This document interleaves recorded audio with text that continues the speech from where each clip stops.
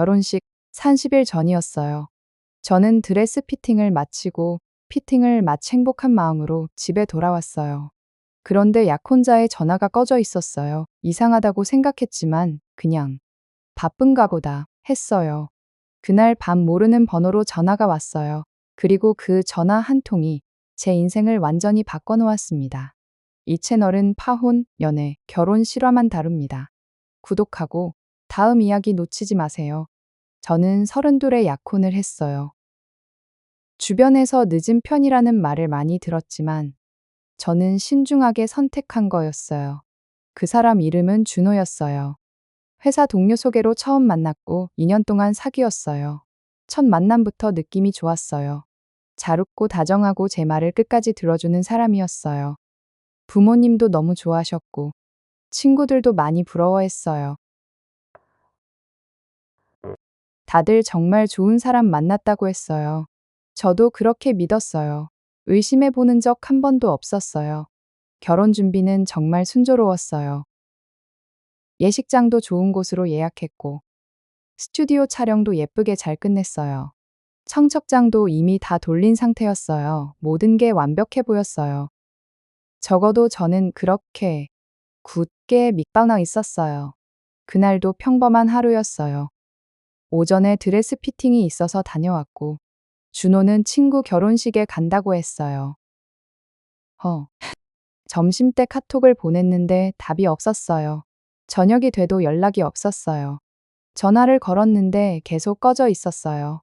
좀 이상하다 싶었지만 배터리가 나갔나 보다 생각하고 그냥 잤어요. 내일 보면 되니까요. 그렇게 생각했어요. 새벽 2시쯤이었어요. 모르는 번호로 전화가 왔어요. 누군가 싶어서 받았더니 여자 목소리였어요. 낮고 차분한 목소리였어요. 혹시 김준호 씨 약혼자분 맞으세요? 저는 당황해서 니 맞아요 라고 대답했어요. 그러자 그 여자가 말했어요. 저 지금 준호 씨 옆에 있어요. 순간 머리가 하얘졌어요. 무슨 소리를 하는 건지 전혀 이해가 안 됐어요. 장난 전화인 줄 알았어요. 그런데 여자는 계속 말을 이어갔어요. 준호 씨가 저한테 다 말했어요. 결혼 전에 정리하고 싶다고요. 본인이 직접 말 못하니까 제가 대신 전화한 거예요. 저는 떨리는 목소리로 물었어요. 당신 대체 누구예요? 여자는 잠깐 침묵하더니 이렇게 대답했어요. 저도 2년 만났어요. 준호 씨랑이요. 그 말에 저는 아무 말도 할 수가 없었어요. 전화를 끊고 거실 바닥에 주저앉았어요. 2년이라고요. 저도 2년을 사귀었어요. 그 말이 뭘 의미하는지 너무 잘 알았어요. 우리 연애 기간 내내 다른 여자가 있었다는 거잖아요. 어떻게 그게 가능해요? 어떻게 그걸 숨길 수가 있어요? 전 정말 아무것도 몰랐어요. 단 한 번도 의심한 적 없었어요. 그 밤 저는 밤새 울었어요. 이 2년이 모두 거짓이었다는 걸 받아들여야 했어요. 믿었던 모든 게 무너지는 순간이었어요. 다음 날 아침이 왔어요. 밤새 한숨도 못 잤어요. 눈이 퉁퉁 부어 있었어요. 거울을 보는 늘 제가 아닌 것 같았어요. 어제까지 행복하게 웃던 사람이 맞나 싶었어요. 준호한테 연락을 해야 할지 말아야 할지 고민했어요. 차라리 꿈이었으면 좋겠다고 수없이 생각했어요. 하지만 현실이었어요. 핸드폰에 남아 있는 통화 기록이 증거였어요. 저는 그렇게 아침을 맞이했어요. 세상이 완전히 달라진 아침이었어요. 무엇부터 해야 할지 막막했어요. 부모님께 말해야 하나요? 친구들에게 알려야 하나요? 청첩장을 받은 사람들은 어떻게 하죠? 머릿속이 너무 복잡했어요. 결혼 연식은 한 달 앞으로 다가왔는데 제 마음은 이미 완전히 무너져 있었어요. 그때 전화가 다시 울렸어요. 준호였어요. 떨리는 손으로 전화를 받았어요. 준호의 목소리는 평소와 달랐어요. 낮고 지쳐있는 느낌이었어요. 그는 먼저 말했어요. 다 들었지? 저는 아무 대답도 못했어요. 그냥 숨소리만 내쉬었어요. 그가 다시 말했어요. 미안해. 이렇게 될 줄 몰랐어. 저는 겨우 입을 열었어요. 이렇게 될 줄 몰랐다니. 그게 무슨 말이야. 2년 동안 바람 피운 거잖아. 그걸 이렇게 될 줄 몰랐다고 말하는 거야? 목소리가 점점 떨렸어요. 화가 나는 건지 슬픈 건지 모르겠었어요. 아마 둘 다시요. 였을 거예요. 준호는 한참 침묵하다가 말했어요. 처음엔 가벼운 만남이었어. 근데 점점 정이 들었어. 너한테. 말하려고 몇 번이나 시도했어. 근데 결혼 준비하는 내 모습 보니까 차마 말을 못하겠더라. 저는 웃음이 나왔어요. 기가 막혀서 나오는 웃음이었어요. 그래서 결혼식 한 달 전에 도망친 거야? 그게 내 방식이야. 비겁하게? 나.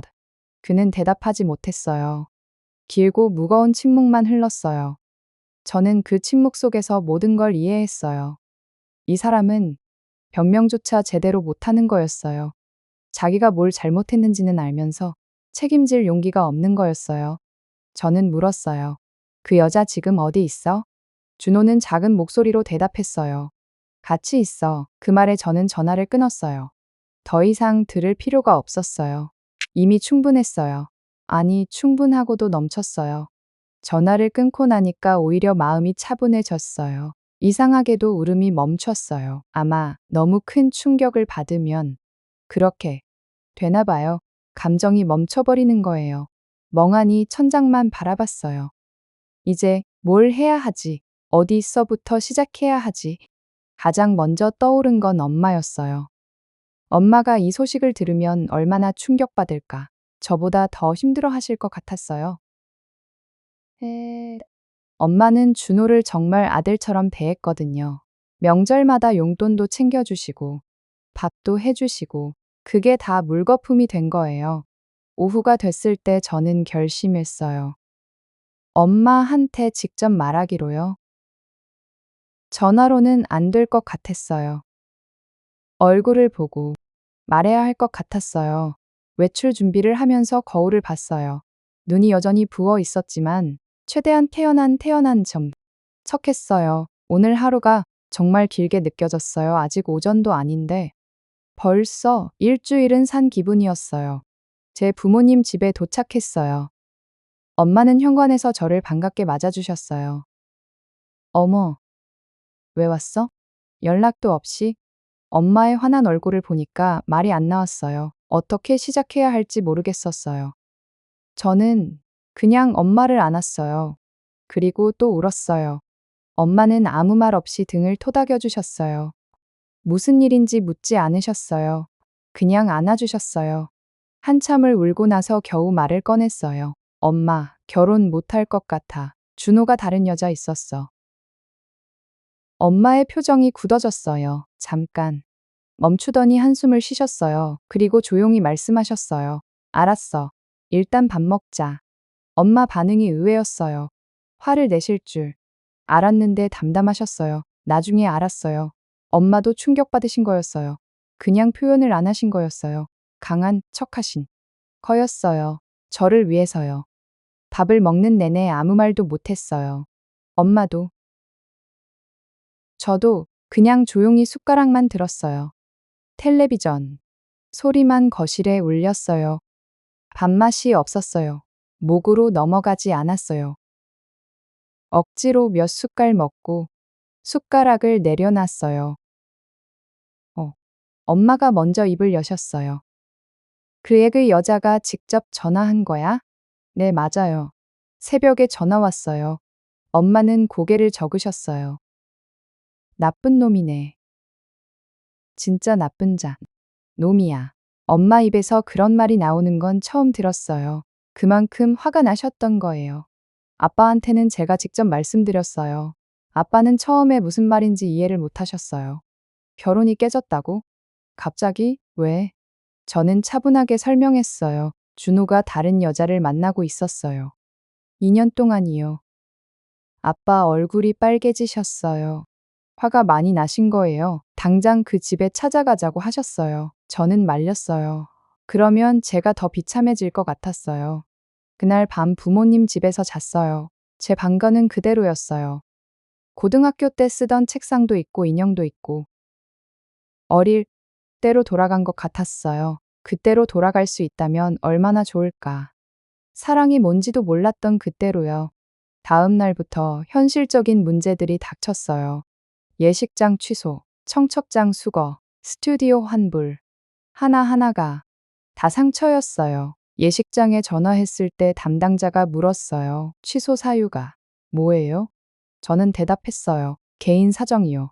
그게 제가 할 수 있는 최선의 대답이었어요. 청첩장 보낸 사람들한테 연락하는 게 가장 힘들었어요. 죄송한데 결혼식이 취소됐어요. 이 말을 수십 번 반복했어요. 어떤 사람은 왜요? 무슨 일이에요? 하고 물었어요. 어떤 사람은 그냥 알겠어 하고 끊었어요. 반응은 다양했지만 제 마음은 똑같이 아팠어요. 회사에도 알려야 했어요. 결혼 휴가를 신청해 놓은 상태였거든요. 인사팀에 연락해서 휴가 취소한다고 했어요. 이유는 말 안 했어요. 팀장님은 뭔가 눈치채신 것 같았어요. 하지만 묻지 않으셨어요. 그게 오히려 고마웠어요. 준호 쪽에서는 연락이 없었어요. 사과 문자 한 통 없었어요.